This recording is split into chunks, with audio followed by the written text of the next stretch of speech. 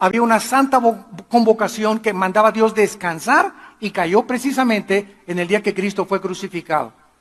Entonces, ¿quién fue el que puso la tradición de que murió el viernes? La Iglesia romana. Pero esto es antibíblico porque entonces Cristo no hubiera cumplido la profecía de estar 3 días y 3 noches en la tumba. Muy bien, pues vamos a hablar en esta mañana acerca de las resurrecciones, plural, y el juicio final. Vamos a descubrir esta mañana cuántas resurrecciones hay en la Biblia. Dice Juan 5, 28 y 29, Cristo hablando: no se maravillen de esto, porque vendrá hora cuando todos los que están en los sepulcros oirán su voz, y los que hicieron lo bueno saldrán a resurrección de vida, mas los que hicieron lo malo a resurrección de condenación. Vamos por orden. La Biblia menciona aquí 2 resurrecciones. Una resurrección es para las almas o los espíritus que siguieron a Cristo de Pentecostés a nuestros días. Vamos a ver que antes de Cristo de la cruz, los santos del Antiguo Testamento van a resucitar hasta el final de la gran tribulación. En el arrebatamiento, en el rapto de la iglesia, solo de Cristo de Pentecostés, a los que están en Cristo vamos a resucitar. Lo vamos a ver con calma. Pero aquí hay 2 resurrecciones, la de salvación y la de condenación. Ahora, esta resurrección de todos los justos tiene en la Biblia bastantes divisiones, porque vamos a ver que Cristo fue el primero en resucitar. Después, la segunda resurrección fueron los que se levantaron de las tumbas. El día que Cristo resucitó, se les aparecieron a muchos. Después, la tercera resurrección va a ser el arrebatamiento de la iglesia, es la tercera resurrección. Cristo la primera, la segunda las primicias, el arrebatamiento la tercera. Después vamos a ver en la tribulación los 144,000 que van a resucitar. Después los 2 testigos que van a resucitar. Después los que van a resucitar al final de la tribulación y los que van a resucitar al final del milenio, que son los malos, en el juicio del gran trono blanco, que lo vamos a ver, y van a ser juzgados por Dios por toda la eternidad. Muy bien. Vamos a Apocalipsis 20, y hay un versículo que ha puesto de cabeza a la mayor parte de los teólogos. El otro día oí en televisión a un teólogo, de cierto grupo cristiano, que dijo lo siguiente, Apocalipsis 20, versículo 4 y 5. Y vi tronos, y se sentaron sobre ellos los que recibieron facultad de juzgar. O sea, no todos los cristianos vamos a sentarnos en tronos. ¿Qué es un trono? Es un lugar de autoridad, es un lugar de poder, es un lugar de gobierno. Y acuérdense que la Biblia nos muestra claramente que cuando nosotros muramos, va a haber diferentes clasificaciones de rangos, va a haber en la otra vida generales, coroneles, capitanes, cabos, tenientes y soldados rasos entre nosotros. De ahí la exhortación: no se cansen de hacer el bien, no se cansen de sembrar, no desmayen, anímense, porque vuestro trabajo no es en vano. Entonces, estos tronos están reservados para los vencedores. ¿Quiénes son los vencedores? Escúchenme con mucho cuidado: los que comenzaron a conquistarse a ellos mismos. Para que yo pueda vencer a Satanás y al mundo, tengo que conquistarme a mí mismo primero. Y estas pasiones dentro de nosotros, sexuales, de alcoholismo, de drogas, de hacer dinero, de vanagloria, de soberbia, de avaricia, de todas estas cosas, tenemos que hacerlas morir. Y cuando comienzas a hacer morir dentro de ti ese ego que traemos, con el cual tenemos que luchar, y comienzas a matar el ego dentro de tu vida, comienzan a ser un gigante dentro de ti espiritual. Y entonces el diablo, ¿verdad?, no tiene parte contra ti, no hay ninguna forma en la que se te pueda meter. ¿Por qué? Porque estás bajo el amparo y la sombrilla de Dios. El que habita al abrigo del Altísimo morará bajo la sombra del Omnipotente. Dice en Hebreos, el que vive cerca de Dios, vivirá protegido por Dios.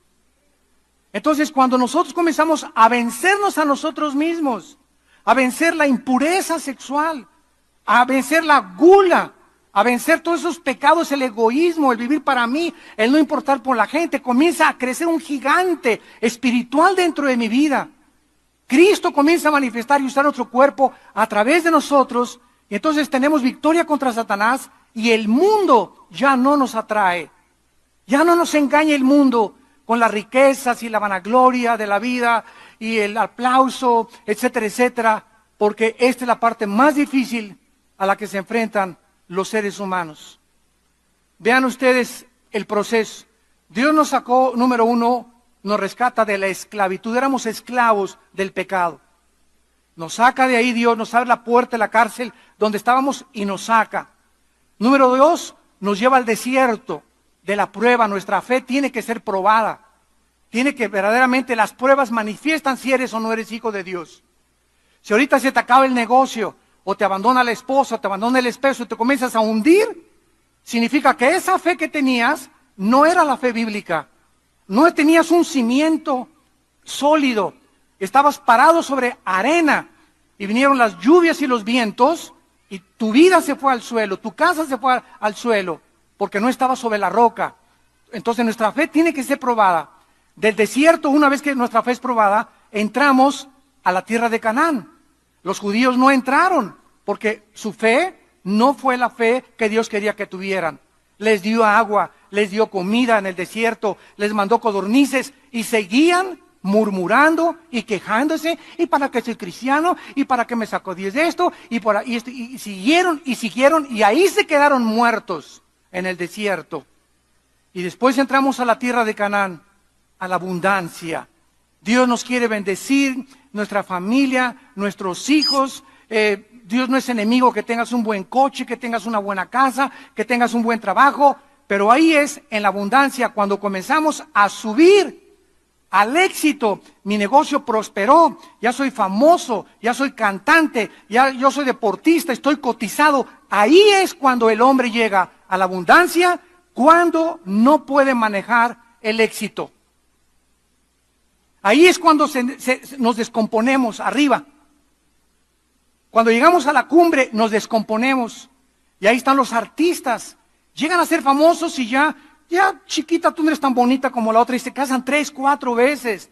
Divorcios a cada ratito entre los artistas. Los deportistas igual, los cantantes se llenan de soberbia. Los políticos lo mismo. Y dentro de los cristianos no somos diferentes.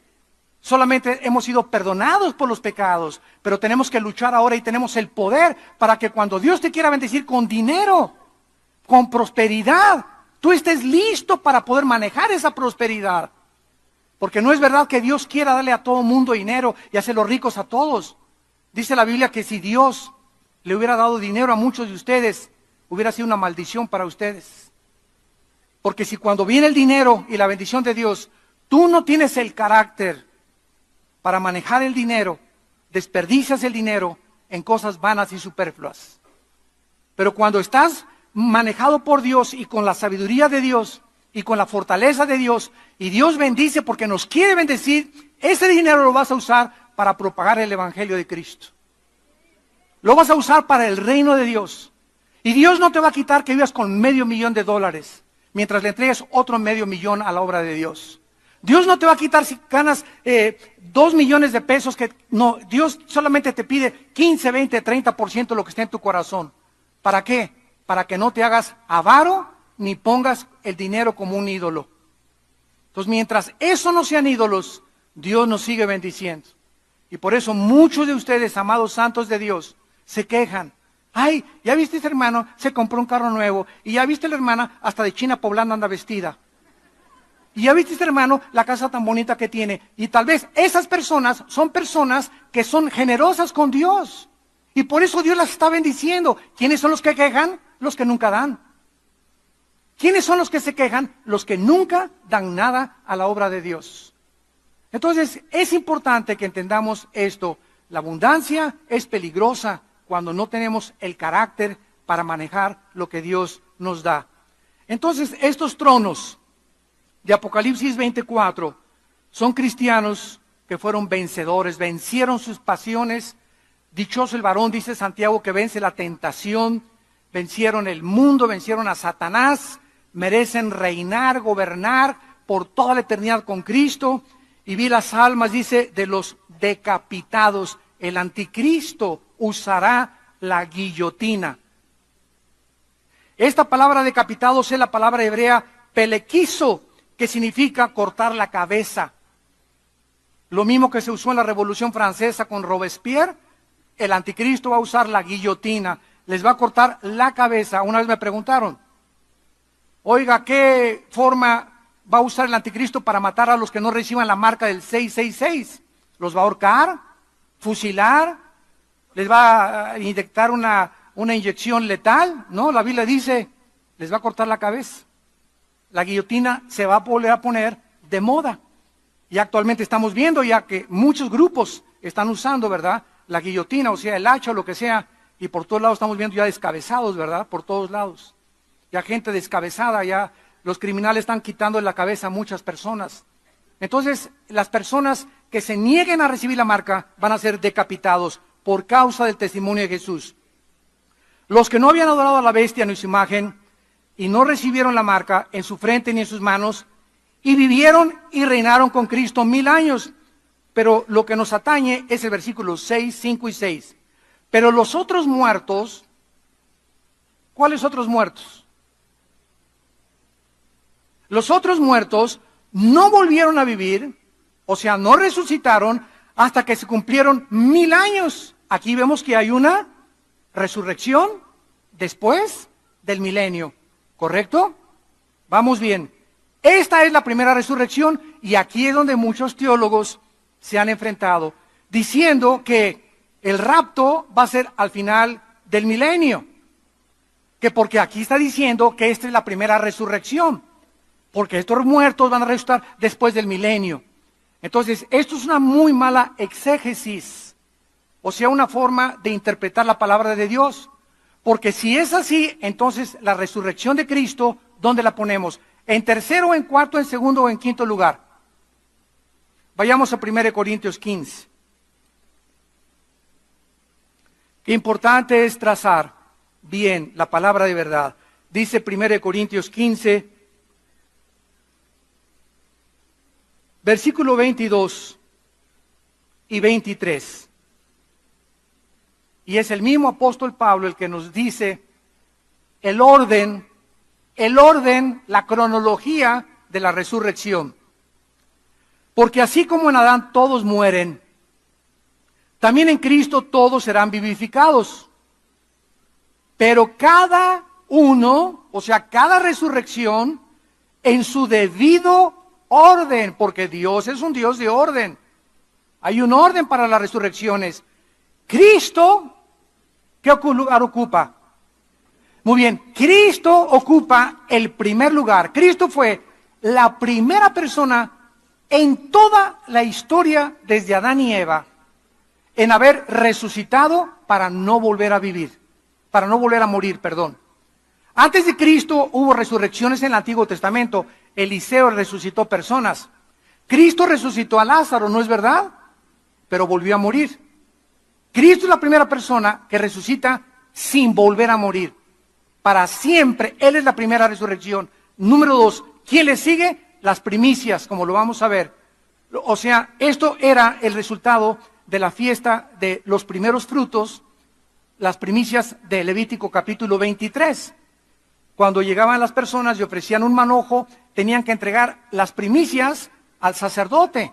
Entonces, cuando Cristo resucita, Él es el primero y le siguen los que resucitaron juntamente con Él. Veamos en Mateo 27. Mateo 27, esta resurrección de las primicias. Versículo 51 al 53. Mateo 27, 51 al 53. He aquí el velo del templo se rasgó en dos, de arriba abajo, y la tierra tembló, y las rocas se partieron, se abrieron los sepulcros, y muchos cuerpos muchos cuerpos de santos, no todos, muchos, que habían dormido, se levantaron y saliendo de los sepulcros, después de la resurrección de él, vinieron a la santa ciudad y aparecieron a muchos. Vemos pues que las tumbas de muchos de los santos que habían muerto fueron abiertas, mientras la tierra era sacudida por un gran terremoto, y estos santos se aparecieron a muchas personas. En 1 Corintios 15 dice que se aparecieron a más, Cristo, más de 500 personas. Y este evento no se vuelve a mencionar jamás en el Nuevo Testamento.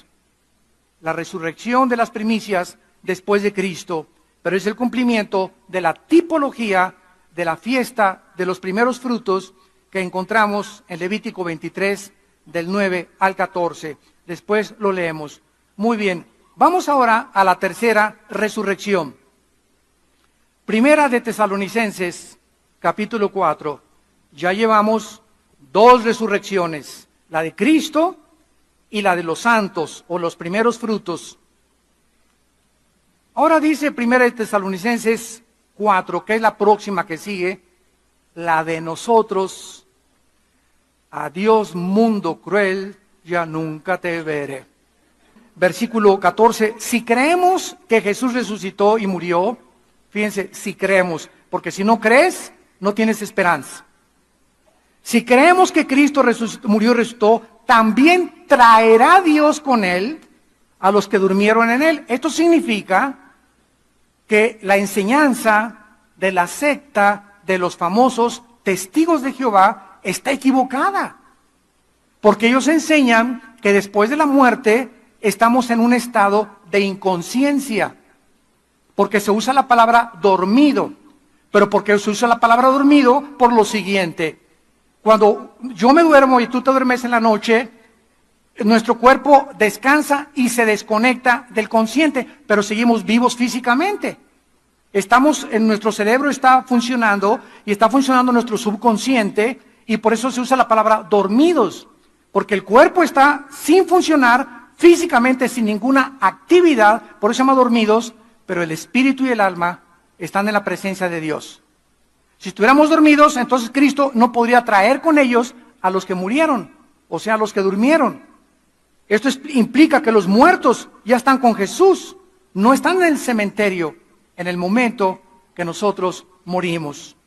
Por lo cual les decimos esto en palabra del Señor: que nosotros que vivimos, que habremos quedado hasta la venida del Señor, no precederemos a los que durmieron, porque el Señor mismo, con voz de mando, con voz de arcángel y con trompeta de Dios, descenderá del cielo, y los muertos en Cristo. En el Antiguo Testamento nadie había en Cristo. Somos pegados, ligados, identificados, amalgamados al cuerpo de Cristo por el bautismo del Espíritu Santo. 1 Corintios 12:13.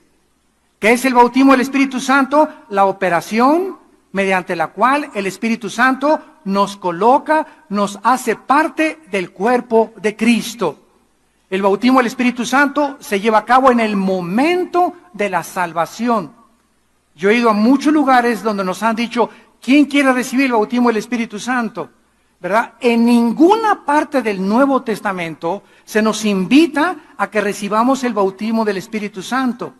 Se nos dice en Efesios que seamos llenos del Espíritu Santo, pero jamás en las epístolas se nos invita a que recibamos algo que ya tenemos. Esto sucedió una vez para siempre, cuando recibimos a Cristo, estamos sellados, bautizados, estamos completos, dice Colosenses 2 en él.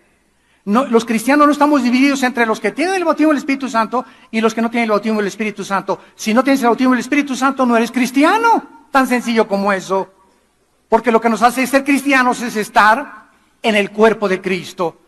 ¿Y cuándo formamos parte del cuerpo de Cristo? Cuando el Espíritu nos bautiza en el cuerpo de Cristo. Pero tantas cosas, ¿verdad?, que se manejan por no conocer la palabra ni trazar bien la palabra de verdad. Veamos qué está sucediendo aquí. Versículo 17. Luego nosotros, los que vivimos, o sea, somos esta generación tal vez, los que hayamos quedado, seremos, la palabra es arpazo, con Z, arpazo, que significa ser sacado del medio súbitamente o con fuerza. Arpazo es esto, es la palabra que se usa también para el secuestro, cuando agarras a alguien y la jalas y le escondes. Entonces, súbitamente, millones de personas en el mundo vamos a ser sacados, arrebatados, por eso se usa, con fuerza, ¿verdad? Con el poder de Dios, vámonos. Y aquí se queda el traje, los zapatos, todo tu reloj, tu anillo de casado, la cartera que traías, se queda todo aquí, totalmente en el suelo. Salimos de nuestro cuerpo y mientras vamos saliendo de nuestro cuerpo va siendo transformado, lo vamos a ver a la semejanza del cuerpo de Cristo que Él resucitó. Va a ser igualito nuestro cuerpo al de Cristo. Vamos a verlo.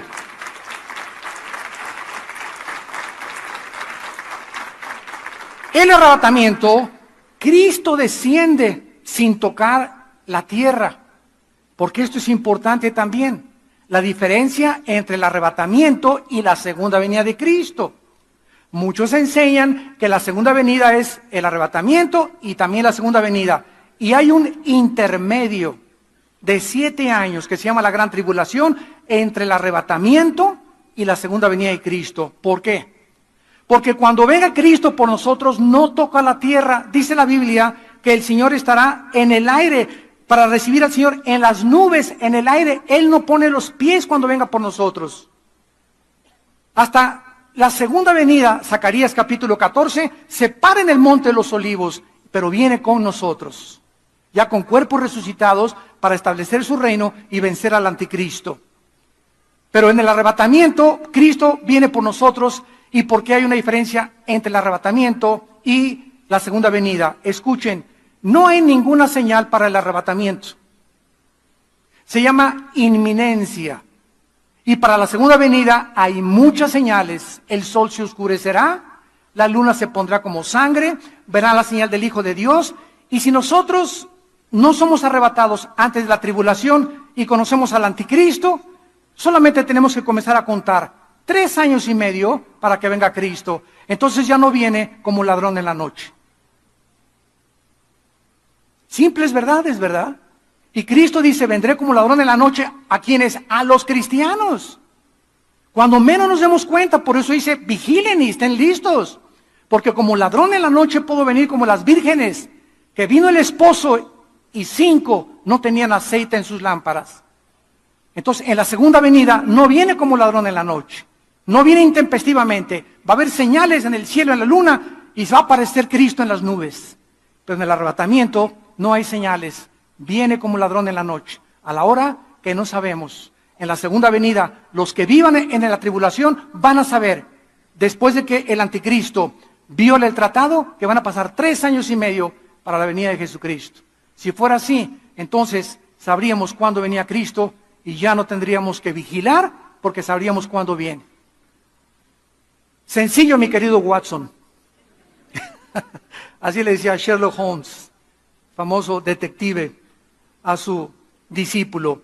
Muy bien. Ahora veamos en Filipenses capítulo 3. La verdad que acabamos de enunciar, el cuerpo de nosotros, cuando resucitemos, porque pues ahorita a todos les debe interesar esto, ¿verdad? Me voy a parecer a Batman, o a He-Man, o a John Travolta, o a quién, ¿verdad? ¿Cómo será mi cuerpo? Nos vamos a reconocer, tendremos las mismas características. Ahorita en el tercer servicio voy a hablar de eso, el intermedio entre la muerte y la resurrección. ¿De qué forma hay un cuerpo? Si ahorita te mueres, por ejemplo, te mueres hoy en la noche, te petateas hoy en la noche, cuelgas los tenis hoy en la noche, ¿qué cuerpo tienes al subir al cielo? Porque todavía no viene Cristo, o sea, la resurrección es hasta el rapto, ¿correcto? Entonces, antes del rapto, ¿qué cuerpo tienen ahorita los que han muerto en Cristo? De la cruz a nuestros días. En el tercer servicio lo voy a explicar.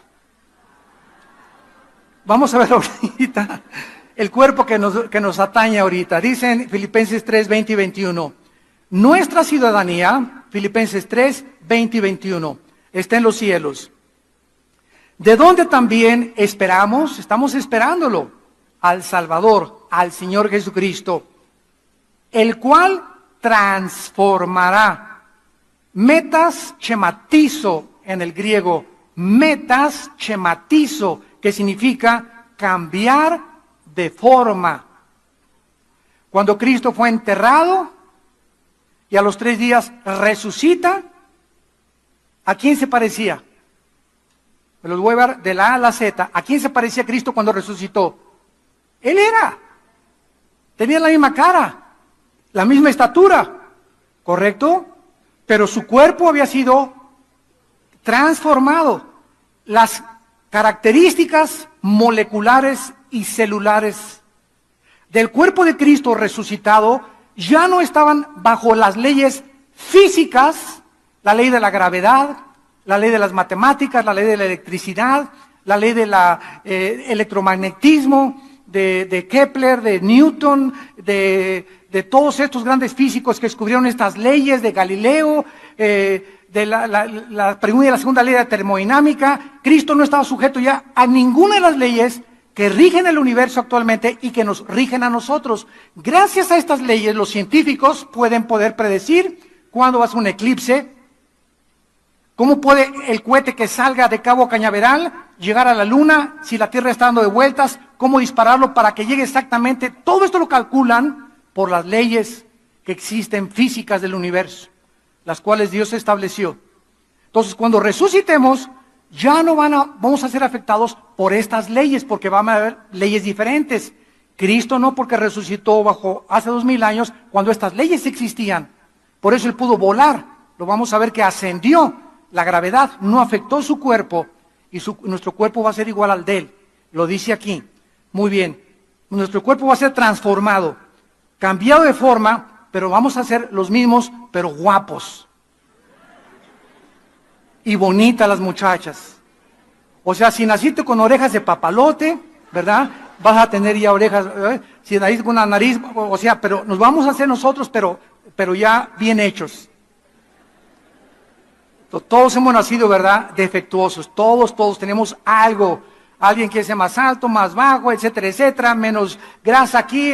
Pero vamos a ser nosotros con el cuerpo como lo vamos a ver. Cuando Samuel fue sacado por Saúl, ¿se acuerdan? En segunda de Samuel, cuando fue sacado del Sheol, ¿se acuerdan que salió de la tumba y espantó al rey Saúl? Pero Saúl reconoció que era Samuel, porque antes de la cruz los cuerpos no habían sido cambiados, estaban en el Sheol con el mismo cuerpo con el que habían muerto. Pero con un cuerpo que no estaba sujeto a la destrucción. Ya no estaba afectando la segunda ley de la termodinámica a los cuerpos que estaban en el Sheol. Y los cuerpos que están ahorita en el infierno, eres tú. Si vas al infierno en la noche, vas a estar tú ahí en el infierno. Pero tu cuerpo va a ser el mismo, pero indestructible. No resucitado, pero si no te quemarías. Y dice la Biblia que los que están en el infierno ya están ahorita quemándose. O están sufriendo el dolor como si una llama lo estuviera ardiendo en ellos y van a tener sed. Entonces, esto nos habla, ¿verdad?, de los diferentes cuerpos. Qué interesante que hay antes de la cruz, después de la cruz y el estado intermedio entre la muerte y la resurrección. Ahora dice el versículo 21, el cual transformará el cuerpo, y se le llama de la humillación nuestra, para que sea semejante al cuerpo de la gloria suya, por el poder con el cual puede también sujetar a sí mismo todas las cosas. La palabra semejante es ginomai en el griego. Ginomai, que significa hecho o hecho de la misma forma, para que sea igual o hecho nuestro cuerpo a las mismas características del cuerpo de Cristo cuando resucitó. Cuando resucitó Cristo, ¿tenía sangre? Oigan, contesten pronto, no le saquen. Claro que no, su sangre, la vida de la carne está en la sangre.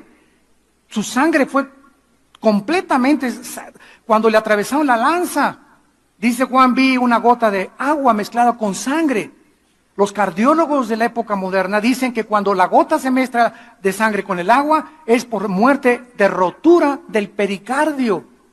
O sea que cuando el soldado le atravesó el centurión el costado a Cristo, su pericardio estaba roto. Y por eso salió esa agua con sangre.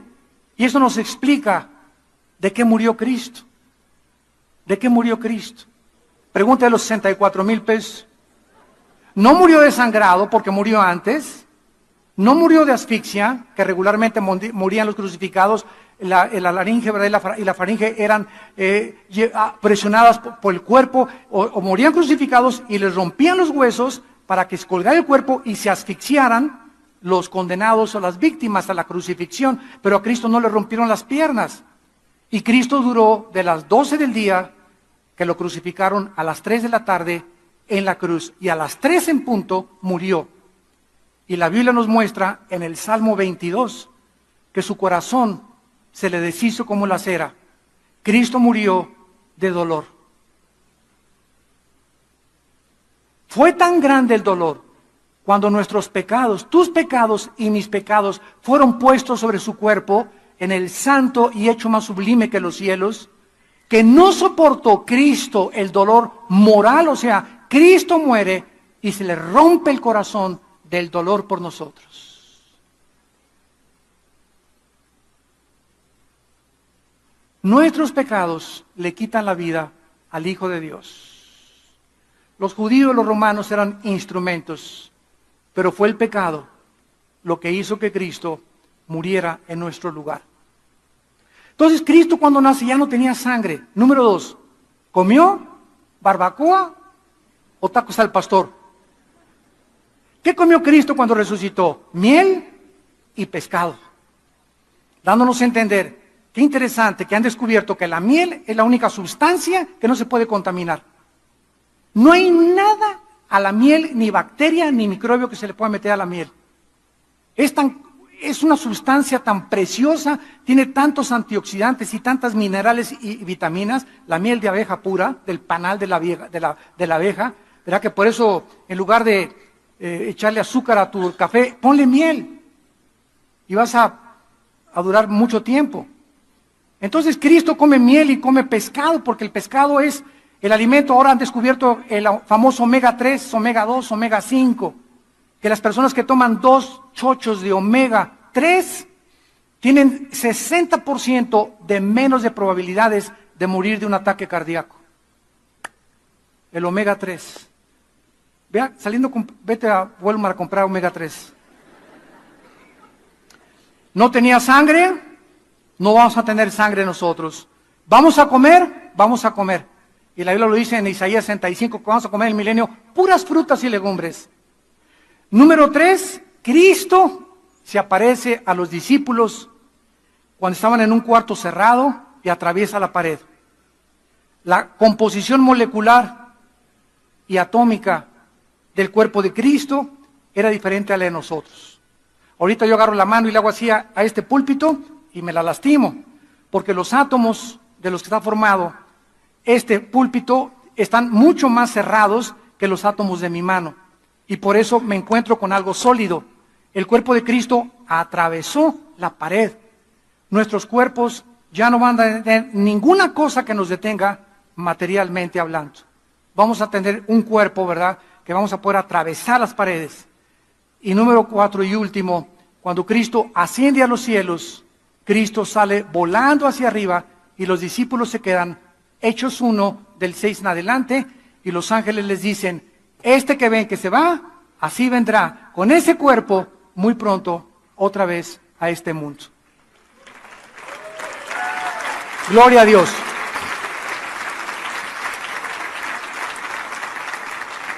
No sé cuántos de ustedes hayan soñado con volar. Muchas manos levantan. Los demás están contentos dormidos. Pero yo particularmente, yo sueño muchas veces así, que vuelo.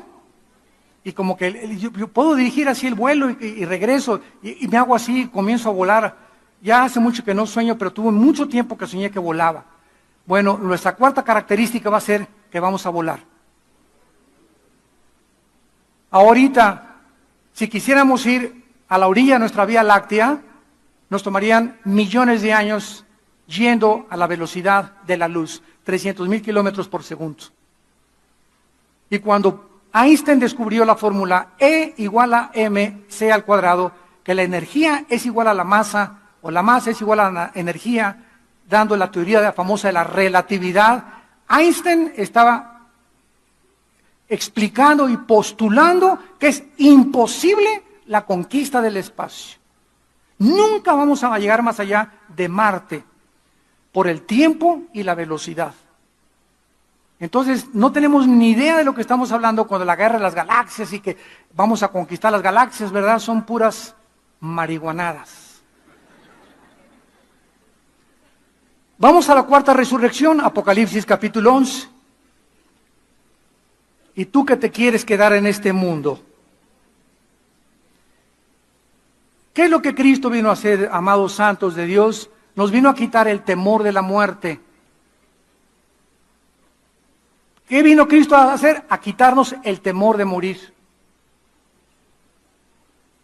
Hebreos 2, 14 y 15. Por cuanto los hijos participaron de carne y de sangre, Él también participó de lo mismo. Tomó un cuerpo como el de nosotros. Para poder, ¿verdad?, librar a todos los que estaban temerosos de morir. Éramos esclavos por el miedo a la muerte. Y Cristo viene y con el Evangelio rompe el misterio de la muerte y nos dice: yo soy la resurrección y la vida. Y así como yo resucité y me les aparecía a más de 500 y he aquí que vivo por los siglos de los siglos, esta vida es cortísima, cortísima la vida que tenemos. Y dice Pablo, si a mí alguien me preguntara, Filipenses capítulo 1, ¿qué prefieres, Pablo, vivir o morir? Qué pregunta más tremenda, ¿eh? ¿Qué contesta Pablo? Bueno, se queda pensando, y creo que no lo pensó demasiado. Vivir, si es para Cristo, pero morir es ganancia. Y por eso la Biblia está llena, dichosos los que mueren en el Señor. Y sí, le lloramos a la mamá, lloramos a la esposa, al hijo y lo que tú quieras, ¿verdad? Pero va acompañado con un gozo, que vamos a volver a ver a nuestros seres queridos, que unos se adelantan, unos van por delante de nosotros, ahí vamos todos detrás, todos ahí vamos, en filita india, a la tumba. Y de repente todo se acabó, tus sueños, tus ambiciones, tu vanagloria, tu pecado, todo lo que hiciste se acabó para siempre. Tenemos una corta vida para invertirla en el reino de Dios, en vivir para el Señor, en ganar las almas, en hacerle bien al prójimo y vivir para los demás, porque nuestro trabajo va a ser recompensado. En la cuarta resurrección, en Apocalipsis 11, dice el versículo 7, que habla de los dos testigos que se van a levantar al final de la tribulación. Unos dicen que son Moisés y Elías. Es posible por los milagros que se repiten que van a hacer, pero en fin, cuando hayan acabado su testimonio, o sea, los dos testigos, la bestia que sube del abismo hará guerra contra ellos y los vencerá y los matará. ¿De dónde va a salir el anticristo?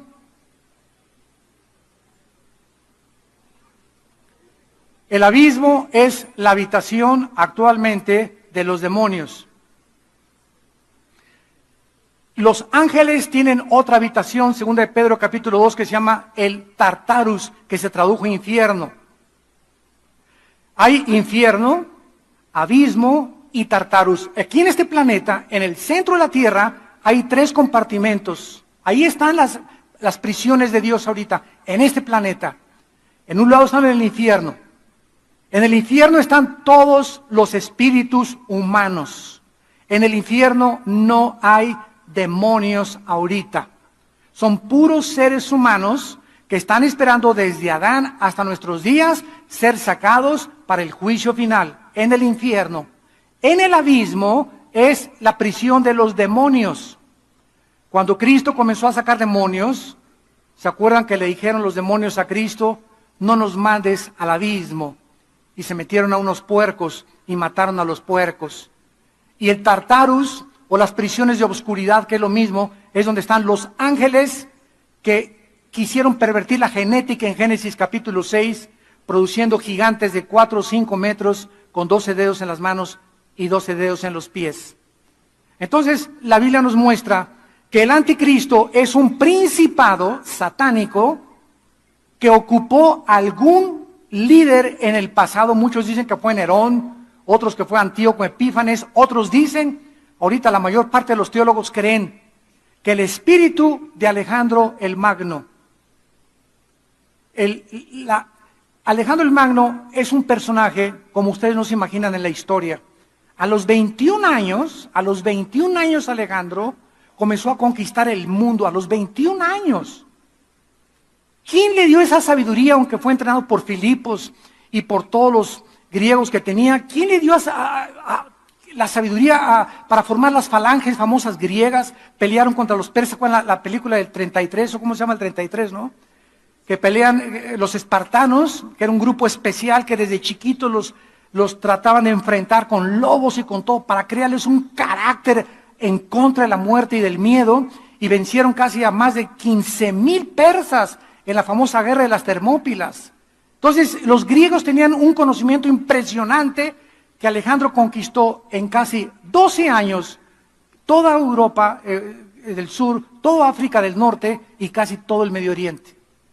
Alejandro el Magno se convirtió en un homosexual, comenzó a fumar hashish y murió a los 33 años en Babilonia, que es actualmente Irak. Entonces, muchos creen que el espíritu que entró en Alejandro va a ser el espíritu que va a entrar en el anticristo. Yo no lo creo mucho, porque cuando Alejandro llegó a Jerusalén, dice la biografía de Alejandro el Magno, que cuando llegó a Jerusalén se le aparecieron 5 sacerdotes judíos vestidos de blanco, y la noche anterior Alejandro tuvo un sueño que se le aparecían esas 5 personas y una voz le dijo: no los toques, y Alejandro perdonó Jerusalén. Y el anticristo y Antíoco Epífanes no lo perdonaron. Bueno, quien quiera que sea el personaje que este espíritu poseyó antes de que nazca el anticristo, va a salir del abismo y va a meterse en el anticristo. Cristo va a nacer de una mujer, tiene que ser a fuerza humano, va a ser un hombre híbrido, va a ser una mezcla, una perversión genética, el anticristo, entre tal vez animal, humano, con un espíritu demoníaco totalmente desde que nazca. Entonces, esta bestia, este hombre, el anticristo, con poderes sobrenaturales, va a matar a los testigos. Versículo 8, y sus cadáveres estarán en la plaza de la grande ciudad, que en sentido espiritual se llama Sodoma y Egipto, se refiere a Jerusalén. O sea, en Jerusalén, el anticristo asesina a los 2 testigos. Versículo 9, y los de los pueblos, tribus, lenguas y naciones verán sus cadáveres por 3 días y medio y no permitirán que sean sepultados. Por favor, en el versículo 9 de tu Biblia, hazle un círculo a la palabra verán. ¿Cómo es posible que hace 2000 años se pudiera profetizar que vendría el momento en la historia en la que todas las naciones del mundo y los pueblos y las tribus iban a ver el mismo evento al mismo tiempo, si no se hubieran inventado los satélites de comunicación? Aquí están profetizados con 2000 años de anticipación los satélites de comunicación. Todavía el siglo pasado se burlaban de la Biblia. Mira nada más, aquí está diciendo que todo el mundo va a ver al mismo tiempo la muerte de los 2 testigos. Y ahorita prende la televisión y en CNN ya está la guerra de Corea, ya está la guerra de aquí, la muerte, la coronación del Papa, el evento que querramos, lo estamos viendo en todas las naciones del mundo, que casi somos 200 naciones, el mismo evento al mismo tiempo, gracias a que en 1957 se aventó por primera vez el satélite Sputnik por los rusos. Y ahorita hay cientos de satélites que están transmitiendo continuamente en una órbita geocéntrica alrededor del ecuador las transmisiones de lo que pasa en el mundo entero. Aquí está en la Biblia, antes que la ciencia lo descubriera. Señores ateos, se eduquen. Y los moradores de la tierra, versículo 10, se regocijarán.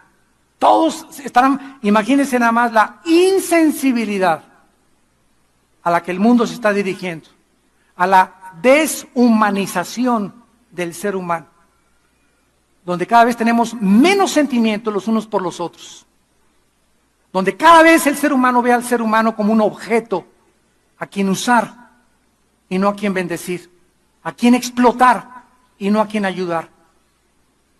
Se van a estar felices el mundo, mataron a los 2 testigos. ¿Y por qué estaban felices? Y se alegrarán y se enviarán regalos, porque estos 2 profetas habían atormentado a los moradores de la tierra. El Evangelio de Jesucristo tiene 2 efectos: olor de vida para vida, olor de muerte para muerte.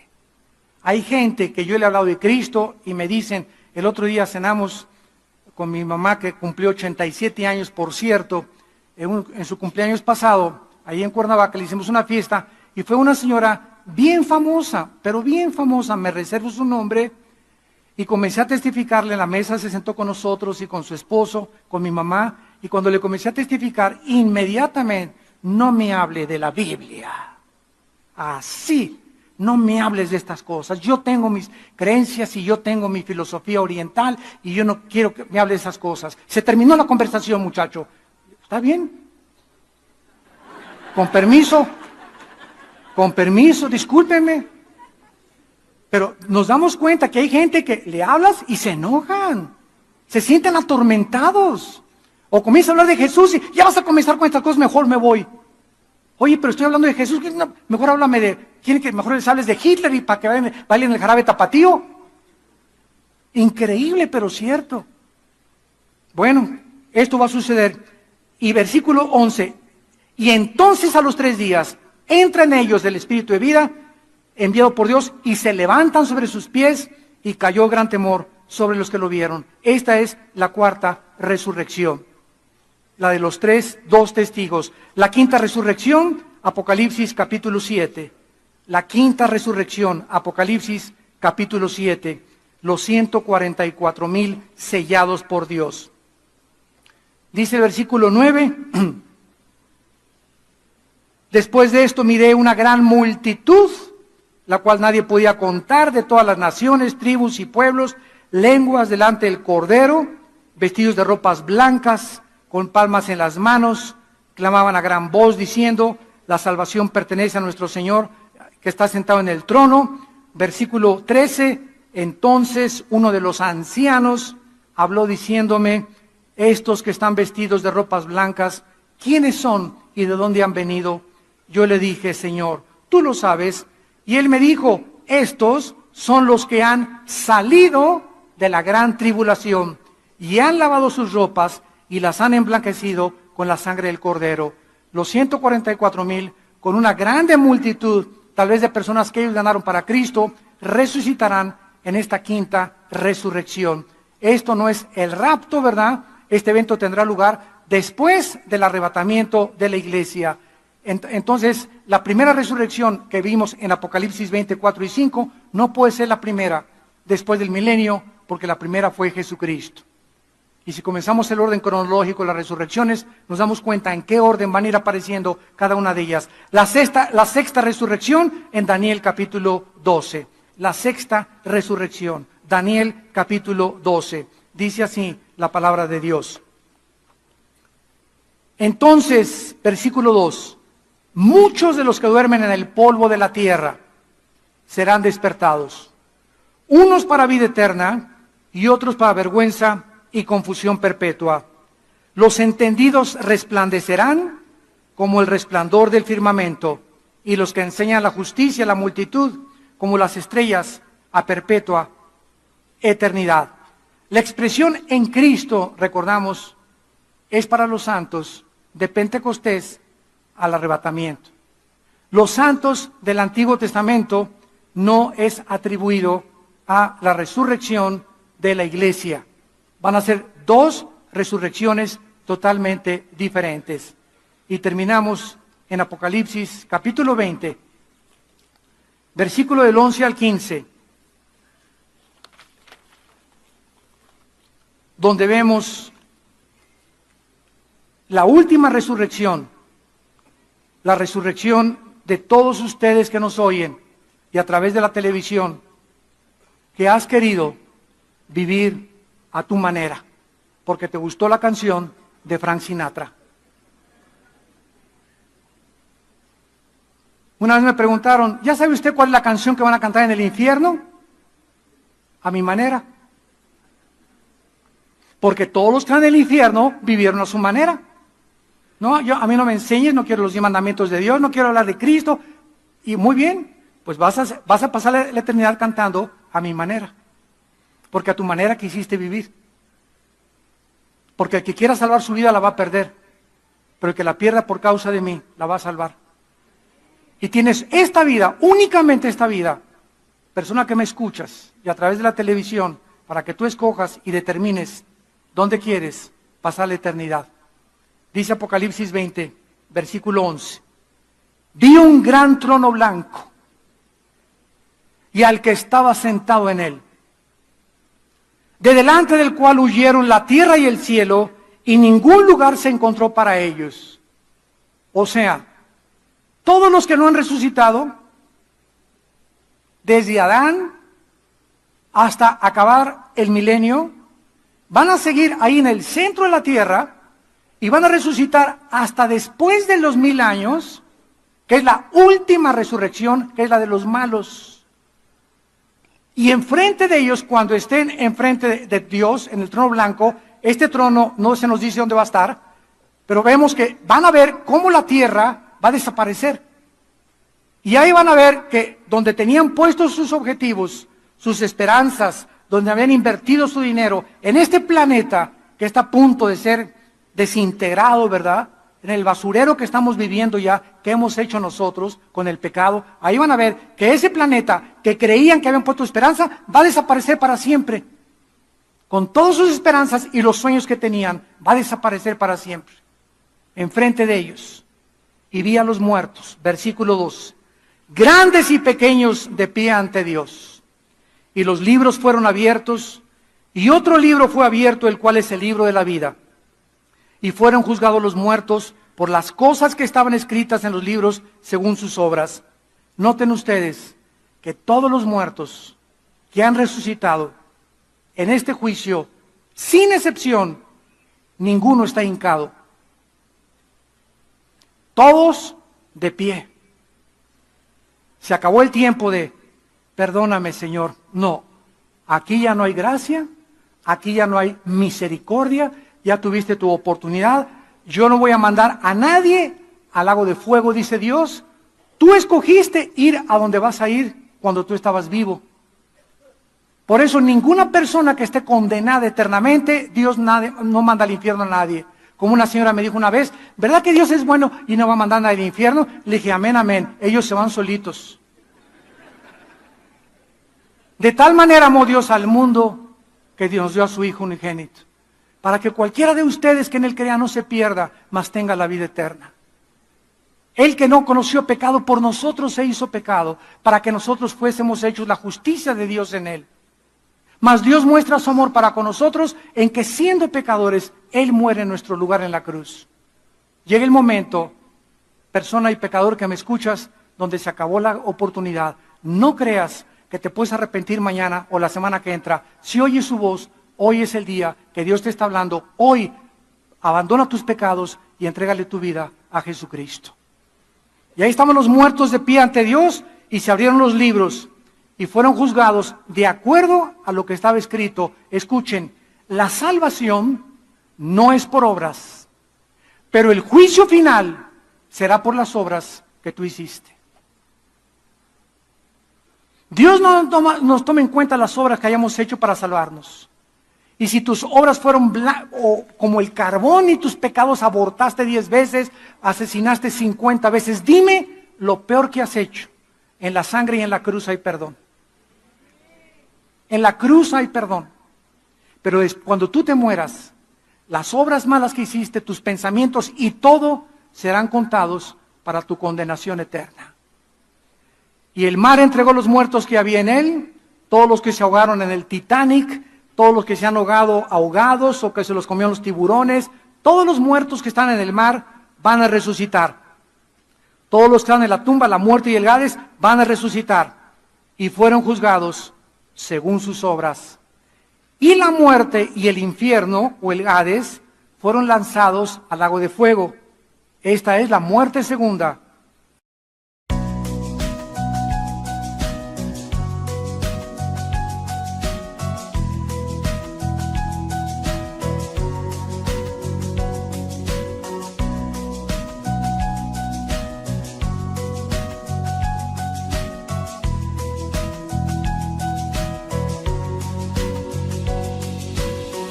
I haven't found words to make you know